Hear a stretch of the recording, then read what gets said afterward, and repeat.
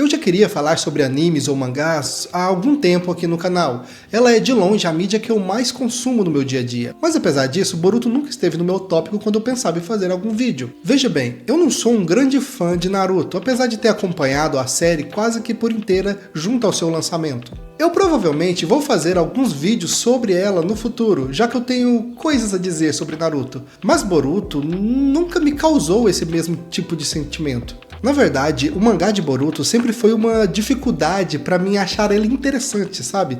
Eu nunca conseguiria fazer uma review ou análise do mangá, porque ele é indiferente para mim. Nada nele me atrai. E eu percebo que sempre quando eu me forço a tentar ler um mangá, eu acabo aos poucos me desinteressando, pulando alguns balões, passando as páginas mais rápido, e quando eu vejo, eu já não tô entendendo nada que tá acontecendo. Então um dia, eu tava navegando pela Netflix, e eu vi que estreou novos episódios dublados, tanto de Naruto Shippuden, quanto de Boruto.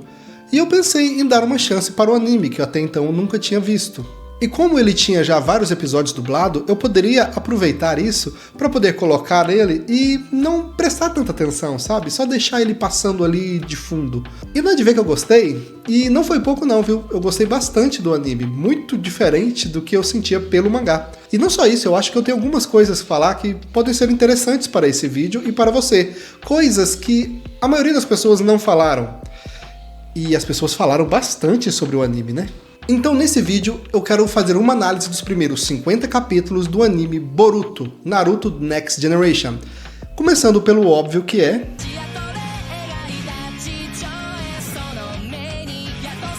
Eu já quero tirar isso da frente para poder falar melhor sobre o anime, mas para deixar as coisas bem claras, esse vídeo não é para falar o mesmo que todo mundo já falou sobre o anime.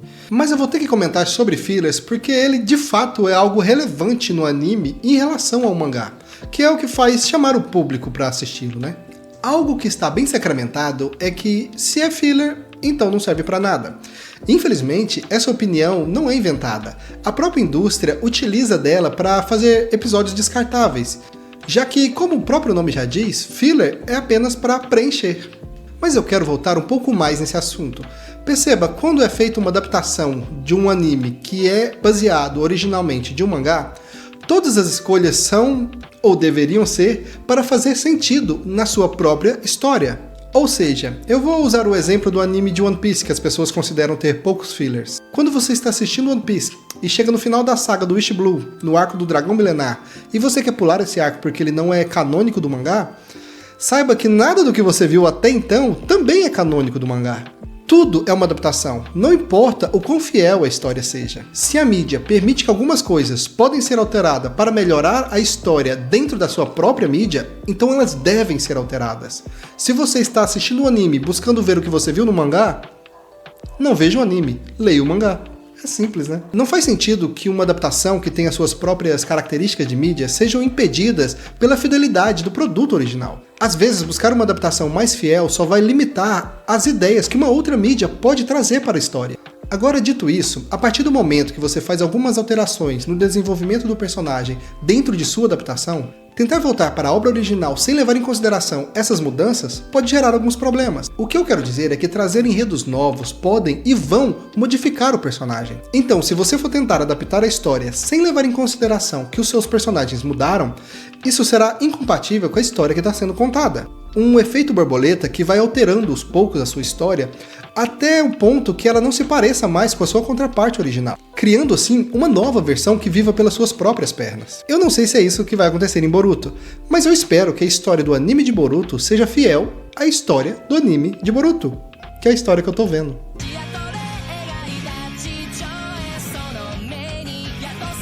Desculpa, mas novamente eu vou ter que falar sobre One Piece para explicar o meu ponto aqui. Basicamente, eu não sou a pessoa que se interessa pelas lutinhas nos animes. O meu ponto de interesse sempre é nos personagens, suas interações e desenvolvimentos. A luta, quando bem feita, é um plus na história, mas quando mal feita, não me incomoda tanto, se os motivos dela existirem estiver sendo bem trabalhado na história. Uma das minhas coisas favoritas de One Piece é quando os personagens estão apenas interagindo, sabe? Criando laços ou se divertindo.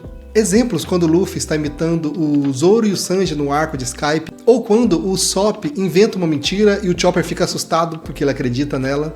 Inclusive, um dos meus momentos favoritos no arco de Dressrosa é quando o Luffy, após se vestir de gladiador, fica animado porque ele quer mostrar o quão incrível ele ficou para o Usopp.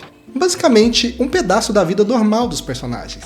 Eu sempre acho esses momentos interessantes, mas para que eles funcionem, os personagens têm que ser interessantes. E foi isso que aconteceu pra mim em Boruto. No anime de Naruto é trabalhado vários temas, como cicatrizes da guerra, ciclo de ódio, militarização e o choque de geração que isso gera. Então vemos o crescimento de Naruto nesse mundo e a sua disposição para mudá-lo. O que ele consegue, se tornando o grande herói e Hokage da vila. Então, cerca de 17 anos depois, inicia a história de Boruto, e esse choque de geração ainda persiste. Agora, em um mundo que vive em paz, conquistado por Naruto e a sua geração. Então, a nova geração que é a protagonista dessa história não precisa mais se preocupar em se tornar um soldado. Elas podem viver as suas infâncias como crianças, agindo como tais. E é isso que eles fazem, vivendo seus dias na academia de maneira mais relaxada. Jogando videogame, vivendo coisas novas, aventuras pela cidade. Pode parecer que isso não significa nada e que não estamos vendo uma trama sendo construída. Mas saiba que isso é tema relevante na história que está sendo contada, já que estamos acompanhando momentos de paz. O que não quer dizer que a história não tem mais nada a acontecer.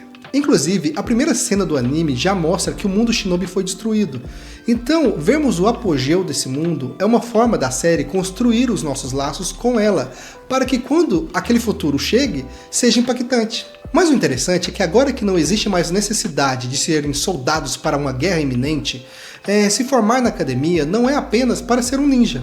Vemos ninjas formados nesse mundo que trabalham de carteiro, de bombeiro, na construção civil, atuando em filmes ou em campanhas publicitárias.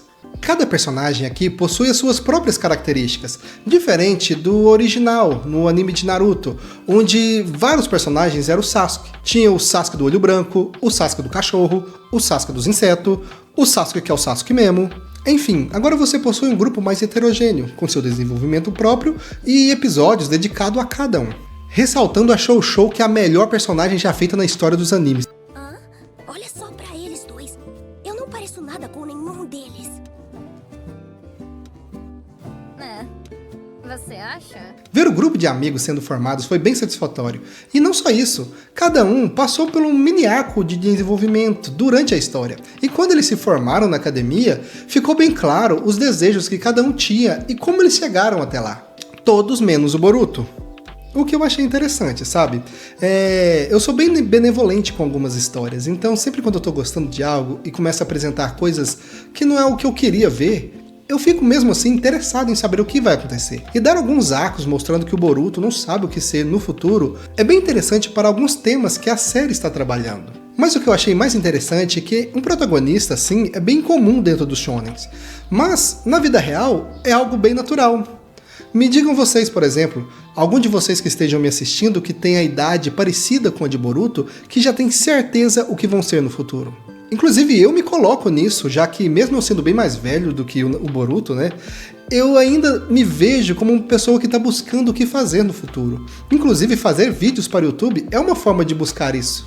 Bom, eu falei aqui de maneira geral as principais coisas que me interessaram na história, mas faltou o que pra mim é o ponto principal que me fez querer fazer esse vídeo, que é a relação do Boruto com o Naruto.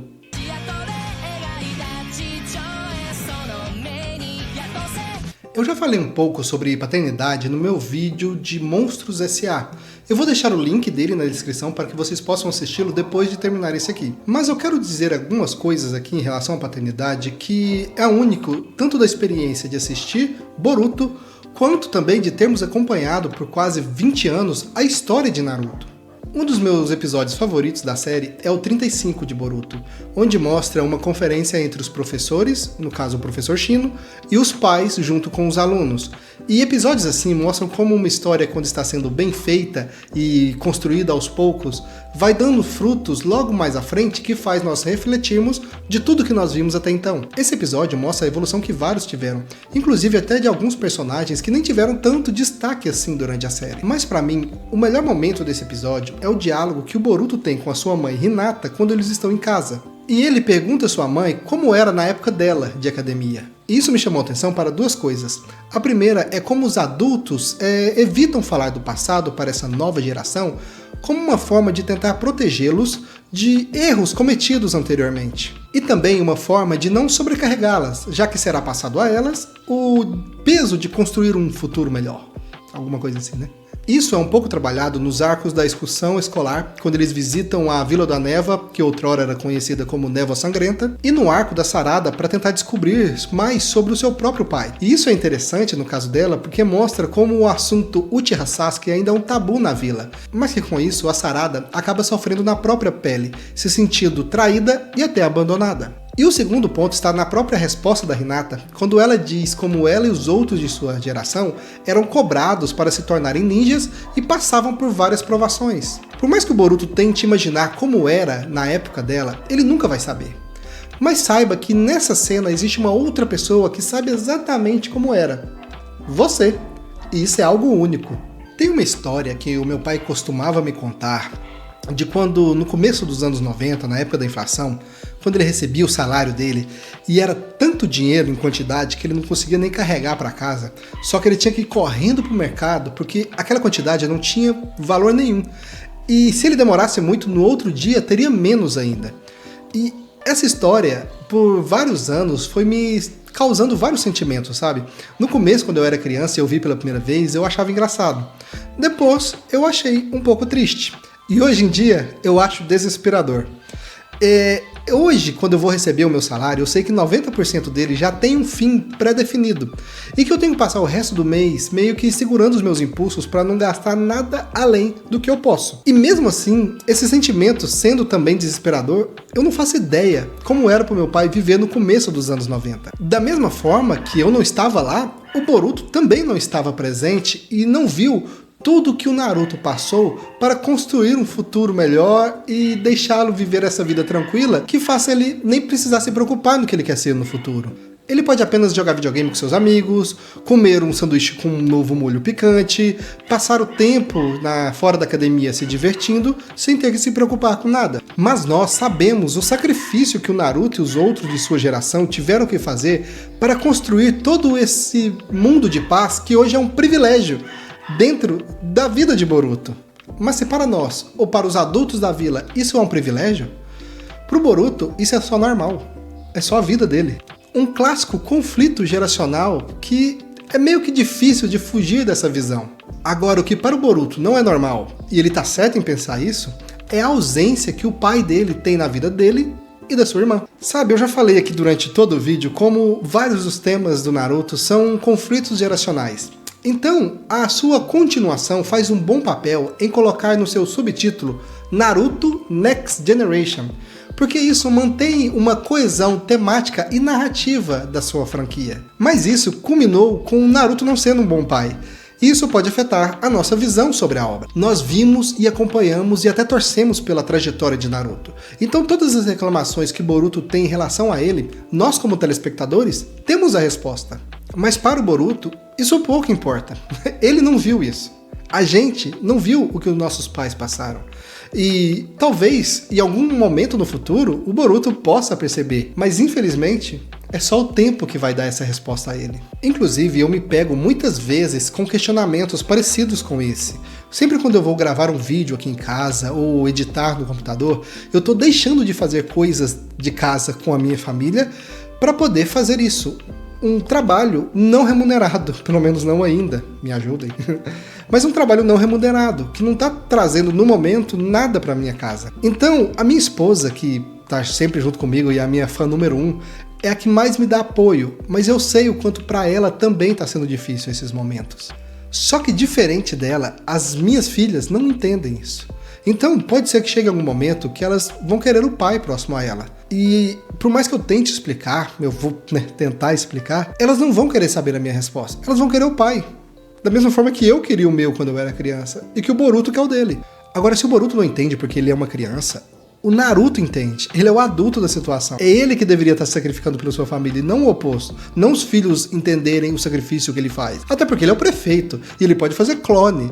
E ele sempre manda o clone pra casa ao invés dele pra casa. Eu nunca vou entender isso. Pelo amor de Deus, Naruto. Se esforça aí, cara.